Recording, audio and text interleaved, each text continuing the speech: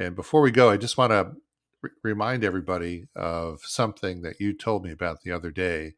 And you're kind of the reason that we kind of have this name for the podcast, because as a former architecture student, you designed the Grizz Pavilion.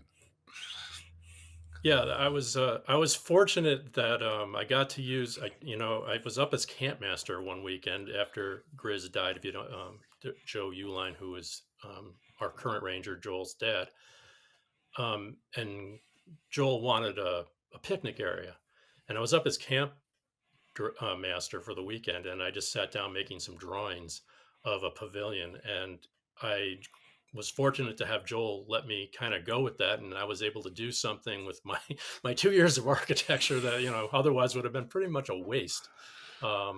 And was able to design a building that I was hoping would create some separate intimate spaces for instruction, and also kind of bring in the organic ideas of being able to see through it and not have it completely block out the woods and being outdoors, kind of bringing that inside. And so I was grateful that I got an opportunity to do that.